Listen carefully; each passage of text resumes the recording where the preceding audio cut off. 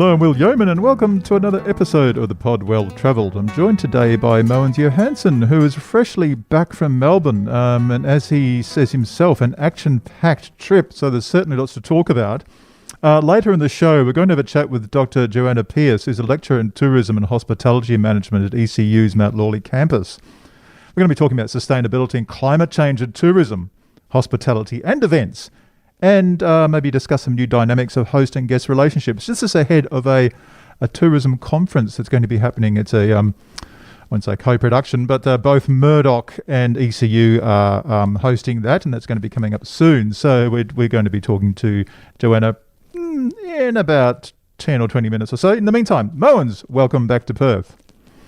Thank you very much, Will. It's good to be back. But I had a lot of fun in Melbourne, as we've just spoken about. But it was a great time to be there right now with the Australian Open being on, and there's of course nearly always something exciting on in Melbourne. But in particular now, I mean, the Australian Open is one of the two big events. You know, the other being the Formula One Grand Prix. So it's literally buzzing with people everywhere. Oh, amazing. So you primarily went over, I guess, because the Australian Open was on, but, you know, such a varied number of events by the sounds of things that you attended, cultural and, you know, food and obviously the sport. I mean, it's Melbourne. I know this is a cliche. Melbourne is like the events capital, the arts capital. It sounds like it could possibly be true right now. Yeah, I think it is. I mean, you know, the people, the tourism people over there will tell you that, you know, we haven't got, you know, the Sydney Harbour Bridge or the Opera House, you know, those big sort of iconic draw cards as far as buildings go, but they work really hard to sort of put on a show in a different kind of way. And you know, when you're visiting a place, it's really stimulating. I mean, there's always something going on, and I was pleasantly surprised with quite a few different things over there, but I happened to, apart from spending a day out at the Australian Open, I popped in to see an exhibition at the Flinders Street Station by an artist called Roan, which some of our listeners might be familiar with. He started off as a street artist, basically, but he's made a bit of a name for himself with recreating these. I mean, the one at Flinders Street Station is an exhibition or installation, should I say, art installation up on the third floor there, and it sort of a bit of a tribute to time gone past, workers and industry in Melbourne. And there's 11 different rooms, I think it was, and each of them sort of represents a place. So it's a switchboard room or a typing pool or a pharmacy or an office. And I mean, everyone will interpret this slightly different, but to me, the way it's been presented is that it just looks like they've just literally walked out and the building or the room has just been left to decay. So there's the attention to detail is just astonishing because, you know, there's, you know, in the typing pool, for example, there's paper still sitting in the typewriters that are sort of half finished, or, you know, and, you know, there's cardigans over the back of some of the chairs, and you know, coffee cups sitting around, but over everything there's sort of like a fine layer of dust, and you know, there's cobwebs and all that kind of stuff. So it's kind of it makes you wonder why they've just left it like that. It's really quite bizarre. And then there's this other theme running through the rooms. There's a large mural in each room, which is a portrait of a model called Therese Oman. Okay. And she has sort of Roan has sort of collaborated with her. They've obviously sat down, taken a lot of pictures, and he's produced these murals of her, and this sort of close-up portrait with the sort of different expressions in different rooms, but it's always sort of looks like she's contemplating something, or it's got quite a sort of how can I best put it? Melancholic sort of look to her. So it kind of gives you that sort of really sort of, it's a bit of a haunting sort of experience, but at the same time it's sort of really stimulating. I mean, you sort of, I arrived there, and I'd seen some pictures of it and that sort of stuff, so I kind of felt like I knew what to expect, but it was really really moving, because each of the room, apart from being sort of recreated in great detail, and then this sort of haunting sort of portrait sort of looking over everything, there's also some classical music that sort of just plays in the background, and initially you don't really notice it. It's just when you sort of stand there taking it all in, this music sort of comes into play, if you pardon the pun, as well, and there's this subtle light changes. It's just really amazingly done. I really enjoyed that particular exhibition. Yeah. I was seeing your images come through on Instagram, so I've got a sort of sense of what it's like. Do you recall how long it's running for? It's running until the end of April, I believe. Oh, plenty of time. That's great. It's been extended a bit, so if people are over there, it's definitely one that you shouldn't miss.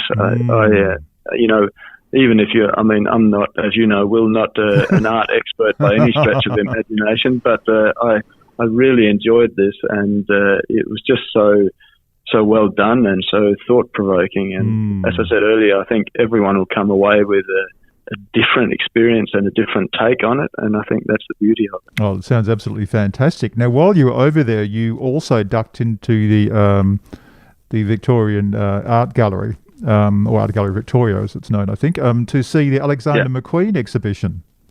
Yeah, that was another surprise. Again, I'm not a fashionista as such, but the way they presented that exhibition, it's a collection of his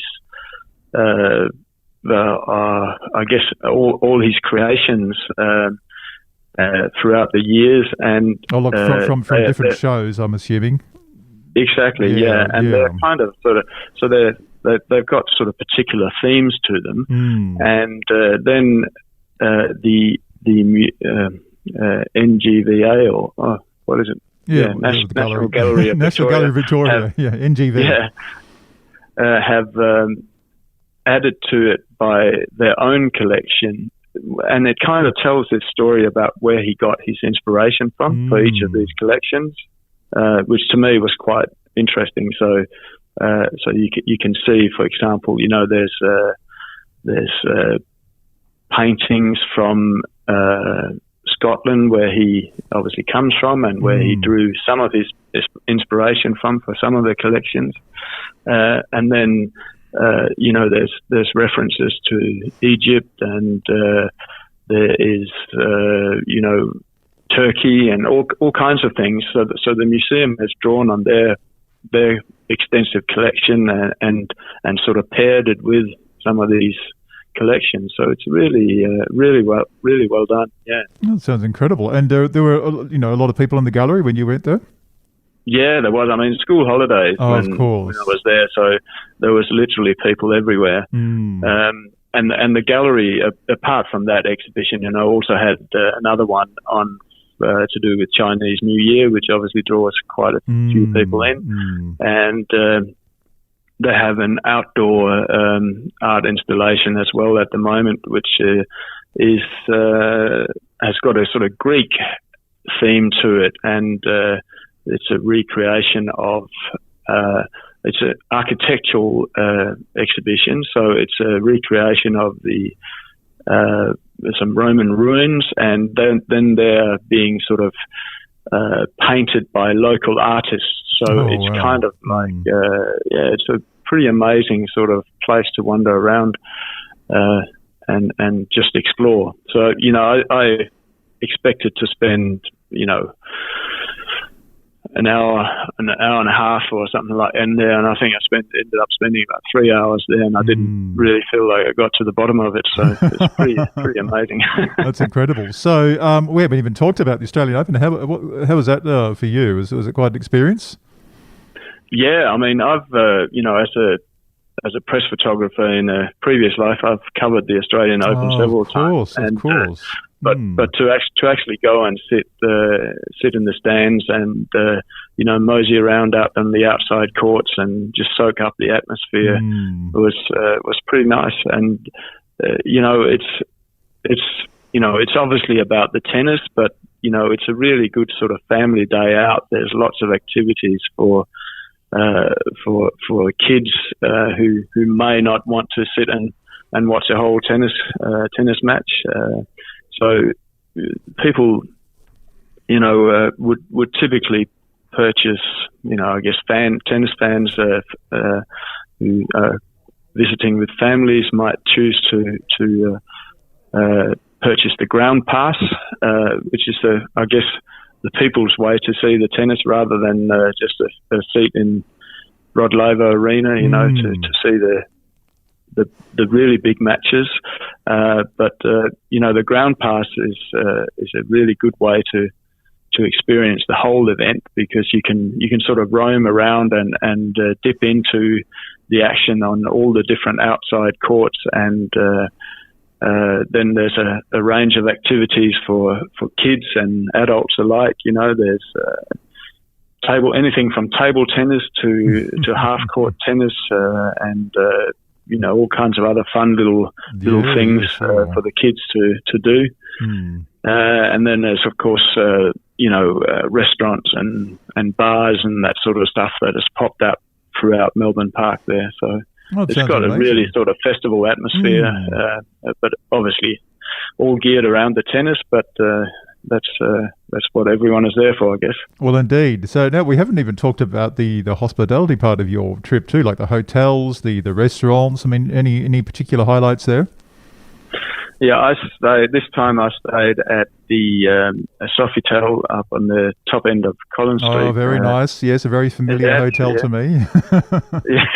You get some fantastic views there. My room, I mean, Sofitel, for those who don't know, they take up the top 15 floors of the tower there in Collins Street. So from the 35th floor up to the 50th is all hotel.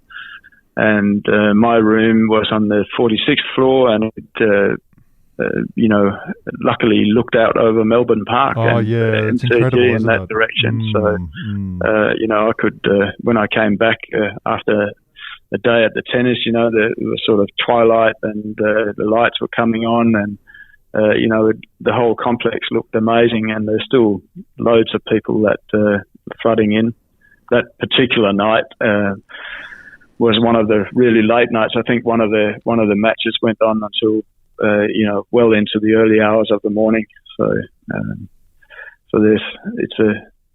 it's a sort of nearly 24-hour operation out there. Yeah, sure. No, amazing. Yeah, and look, that so-called Paris end of Collins Street, it's quite beautiful, isn't it? Just to walk up there to your hotel. Oh, it is. Yeah, and the other, what I really like about Melbourne, I mean, it is such an easy place to sort of get to know, because it's basically, that familiar grid layout of streets. So, if you're familiar with Perth, just, up the size a little bit, and you can pretty much easily find your way around. And the other thing is that, within this CBD there, you can jump on and off a tram for free. That whole area is free to use the trams, and they come all the time. So it's not like waiting for a cat bus or anything like that. There's always a tram. So if you sort of don't feel like walking anymore, just jump on a tram, and in a few minutes you're right down the other end of town. So I think they do that sort of thing really well. I agree. And, then it's just a nice place. All these laneways that are just full of interesting stuff. I mean, a lot of it is sort of geared around, cafes and restaurants, of course, but, there's so much other stuff and, interesting shops. I took an interesting guided tour with sort of a walking tour, which is actually something I'd recommend to anyone who are in any city, I guess, but it's in Melbourne in particular. If you haven't been there for a while or have never been there, it's a good way just to get the feel for the place, get the lie of the land, and then some insights from the locals as to where to go and so on. So then you can from there you can pick the eyes out of it and do your own thing from there. Oh yeah, look, that's amazing, and I love those laneways, particularly if I'm there and I don't really fancy a breakfast at the hotel. I can just go to one of those cafes and have an al fresco, breakfast, and it's just nothing like it. No, it's fantastic. It really is good. So I popped out to the Melbourne Museum as well, and that was absolutely buzzing. Being school holidays, they were just kids running around looking at the dinosaurs, and it's quite interactive out there. It's a relatively new museum, like our own here in Perth, but just a real sort of interactive place to visit. It's not like the museums of old at all. Okay, well, it sounds like you weren't wrong when you said it was an action-packed trip. That's incredible. No, and then I haven't even touched on the dining experiences. Well, give us a couple of your highlights then. The highlight for me was being of Scandinavian descent. I visited a new Scandinavian restaurant. Oh, wow. It's called Freya. It's down in the Docklands end of Collins Street, if you like. Yeah, so the opposite end to where you are with the hotel. Yeah, the opposite end, yeah. And that was just amazing. I had sort of a tasting menu of all the different, not all the different, obviously, but some of the most popular dishes there. That was amazing. And another amazing one was a new one in town called Grill Americano. It is in, I think from memory, it was Flinders Lane. Oh yes. Up the sort of Parliament end of that. And that was really nice as well. Very sort of sophisticated, sort of New York feel to it, and it was really, really busy and popular. And in both of these, I, in particular at the Freya, the Scandinavian restaurant, I sat right at the in the kitchen, sort of looking in, and it is just amazing to see these guys. I mean, some of the chefs in Freya there, they had Michelin restaurant experience, and you could really tell because the attention to detail when they're preparing the dishes is just meticulous, and everything is spotless, and there's no yelling and screaming in the kitchen or anything like that. It's just pure professional artists that work just about. It's fantastic. I really enjoyed the food, but also the experience of seeing how they go about preparing it. Yeah, look, that's amazing. So for anyone thinking of going to Melbourne soon, there's no shortage of stuff to do, even if you miss the Australian Open, and there's just so much going on all the time by the sounds of things. Yeah. I mean, just it's if you're heading over for a long weekend or week or something like that, it's a matter of just jumping on the website and see what's going on. And I'd recommend, if it's one of the big events, you definitely need to book ahead and plan ahead a little bit, because it will sell out. And just to ensure, if you really want to see a particular event, you just got to make sure you got the tickets pre-booked. Okay. Well, thanks so much. And look, thanks for joining us on your day off. I know it's supposed to be your day off today, and but I guess you were just so excited that you wanted to Oh, share yeah. share all this news with our listeners as soon as possible.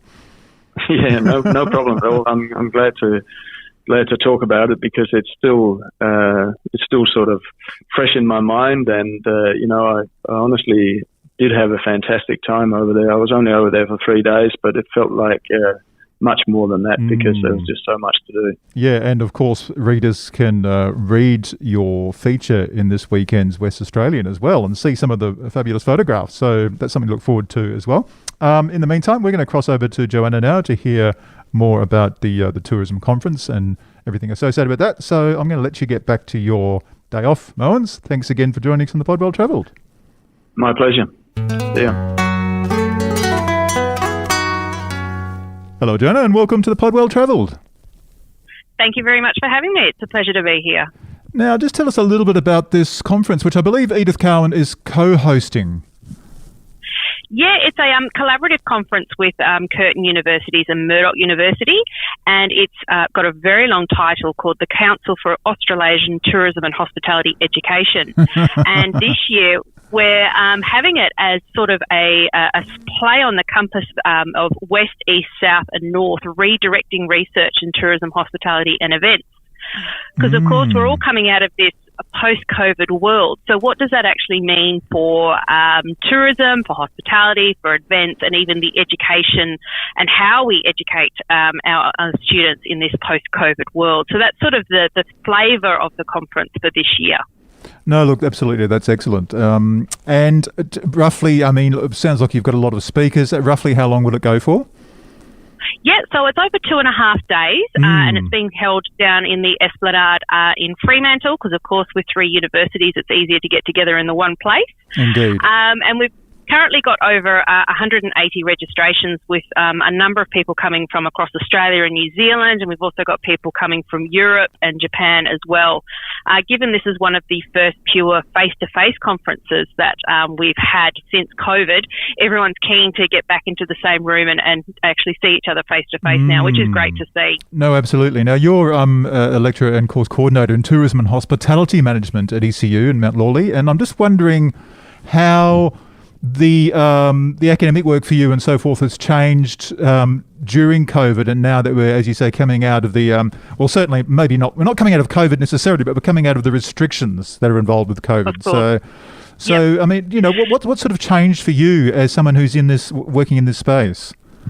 Yeah, so firstly, in relation to our students, of course, we had to really pivot very quickly online during 2020 and 2021. And we've now, thankfully, with the easing of restrictions, gone back to being on campus. And we're actually seeing a number of students really coming back to be on campus, and they're really enjoying being able to actually get out of home and get away from the computer and actually interact with other students and the lecturers as well. So firstly, that's a really good point. But secondly, we are seeing a little bit of a change in what we're teaching in our tourism and hospitality degree. So we are seeing things like the increase in rise in technology and how we can use technology to overcome some of the issues that became apparent with COVID. So things like, how can we do contact-free check-in, and the increase in the use of apps by hotels to do everything from your key card to enter your hotel room to, ordering food, to all of those sorts of things. So technology is becoming a key component, and the rise in technology and how technology is helping us do a number of those things is certainly something that's coming through in our teaching. And also sustainability. So how can we ensure that because of the change in COVID, and we're seeing, those wonderful pictures that were coming around the world of things like, because we weren't travelling, just how we, people could see mountains that they'd never seen before because it was always covered with smog. So how can we try and keep the momentum going in this clean, green form of tourism and hospitality? So how can we use this as a way to really push through that sustainability aspect? No, absolutely. And that leads into something I was going to ask you about, which is how we do balance the economic sustainability and the environmental sustainability. I mean, as I say, if indeed they are separate, because they're probably not. They're probably it's a symbiotic relationship. Absolutely. And I guess it sort of depends on your definition of sustainability. So sustainability, of course, can mean that long term, so, in terms of keeping something sustainable over the longer term. But certainly what I teach within my Sustainable Tourism Development Unit is how can we ensure that we embrace the sustainability in terms of sustainable development. So how can we make sure we balance the good economic bits, the good social bits and the good environmental bits to have the best outcome. And so that's where we're seeing this change in how people are thinking in terms of you take that longer term view of balancing the economics and environment, because often a lot of the environmental things that hotels can do or other industries can do can cost a lot initially. So if you think, like, for example, you looked at putting solar panels on your home, the initial cost of doing it is very expensive. But if you look over the longer term in terms of how much money you save on your bill each time, you can realise that it can pay off and be better for you in the longer term. And this is what we're seeing embraced by hotels, is that they realise it might be a big cost initially in terms of startup. The benefits they get through the longer term are far outweighing those initial startup costs. So we're starting to see that economic and environmental aspects slowly come to a more even balance in terms of embracing green initiatives and still having that economic profit and that economic viability. I think you're absolutely right, and I think the opportunity is there for example, hotels which are new builds and not just refurbishments. And I'm thinking, I remember when the new Hilton Garden Inn in Albany came online. I've been down there a couple of times, and just seeing what they were doing with all the new technology that you mentioned, and just the really efficient use of water, of electricity. It was just amazing. Yeah, anyone will tell you it's a lot easier to put technology into a new build than trying to retrofit. So, and that's the great thing, is that there are a number of products out there that they can use.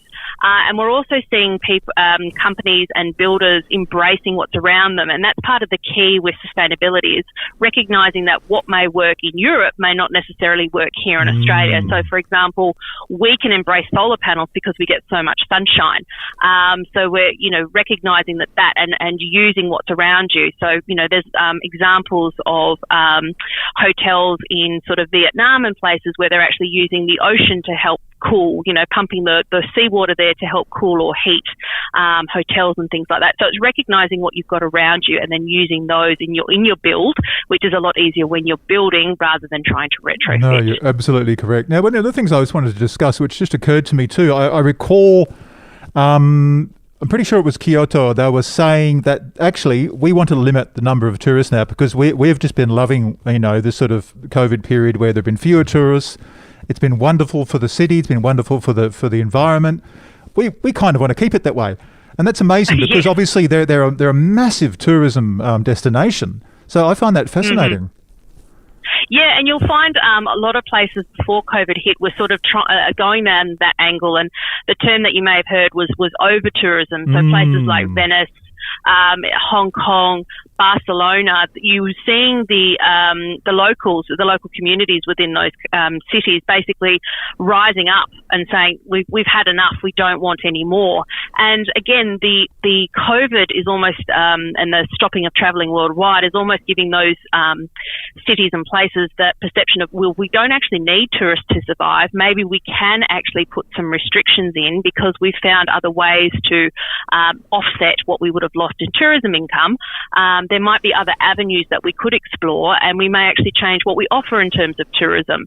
So, a number of places around the world do what we call high-cost, low-volume tourism. So they may only take a small number of tourists, but they charge a higher amount, and people are actually willing to pay that amount because it is exclusive or because of the benefits that they see from the cost of it. And so that's what some places are actually trying to look at in terms of what are the other options, or what else could they do outside of welcoming huge amounts of tourists through the door. Indeed, and given everything you've just mentioned, Venice is a prime example of a lot of those aspects. Now look, there's so much to talk about, Joanna, but I just want to maybe finish with this last question, and it's an important one. So in light of what's going on with climate change at the moment, and it's no longer, in the future, it's actually here now. Should people even be flying and cruising and travelling all over the world and staying in fabulous hotels? I mean, how do we balance that need, both economically and for our own selves, versus looking after the climate? Yeah, unfortunately, this is where Perth and Western Australia, we suffer from that tyranny of distance, and that we do have to travel a lot, even within our own state, to go and see a number of these locations. And I mean, tourism and flying and cruise ships have often been, sold and being told as being the biggest emitters. But when you compare it to the amount of driving that we do, with only one or two people in a car. Of course. But of course there's plenty of different things that you can try and do to try and make yourself feel a little bit better or counteract some of these negative perceptions. And that's things like, if you can, when you're booking, look for airlines that use, the newest planes, because of course they've got the most energy efficient technology and the most energy efficient designs to them. Even if you go to Europe, for example, rather than taking flights within Europe, you might look at train travel. I certainly did it when I was traveling around Europe in my early 20s. We got the Europass and travelled around, and that was one of my best memories of travelling through Switzerland in one of those, glass-walled train carriages and just seeing the beautiful scenery as it was going by. Oh, yeah, and look, of course, you just see so much more, don't you? Yeah, exactly. When you're flying, you're not seeing any of that. Exactly. And certainly there are offset programs available in terms of, paying a little bit extra to offset your carbon usage.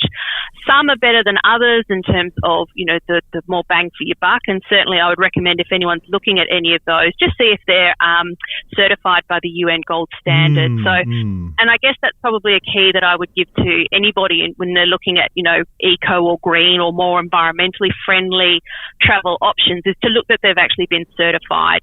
So there's the UN one, there's Green Globe, and there's EarthCheck, and in Europe there's EU Eco Label. So you've just got that added assurance that someone's actually verified that the environmental claims that they're making are actually true and correct. Cruising, unfortunately, still has a long way to go. They're trying to make some changes in relation to trying to be a bit more environmentally friendly. They're looking at biofuels or hybrids and even hydrogen-powered ships. But it's still, unfortunately, a long way off, just because of the infrastructure that's involved and the power that's needed to move these huge ships around. Absolutely. So they're doing a lot of green initiatives on board, but whether that truly offsets the carbon produced by the fuels, that's up for people to look at. But again, if people are looking at trying to choose more green or environmentally friendly cruising, just have a look at the companies themselves and what they're doing in order to offset any carbon emissions that they're producing. No, absolutely. Well, there's some terrific advice there, Joanna. Thank you so much. And thanks for being on the Pod Well Travelled. Good luck with the conference. It sounds like there's so much to talk about, so much to cover. It's and a great time to be doing it as well. Oh, absolutely. Yes. We're all looking forward to coming together again and just seeing what everybody's been doing, because, as I mentioned, it's the first time we've been able to be face-to-face in such a long time. So, no, you can imagine if you haven't seen family for a while, it's good to catch up face-to-face and actually have conversations in person. Indeed. It's always great. Okay, Joanna. Well, thank you so much. Thank you for having me.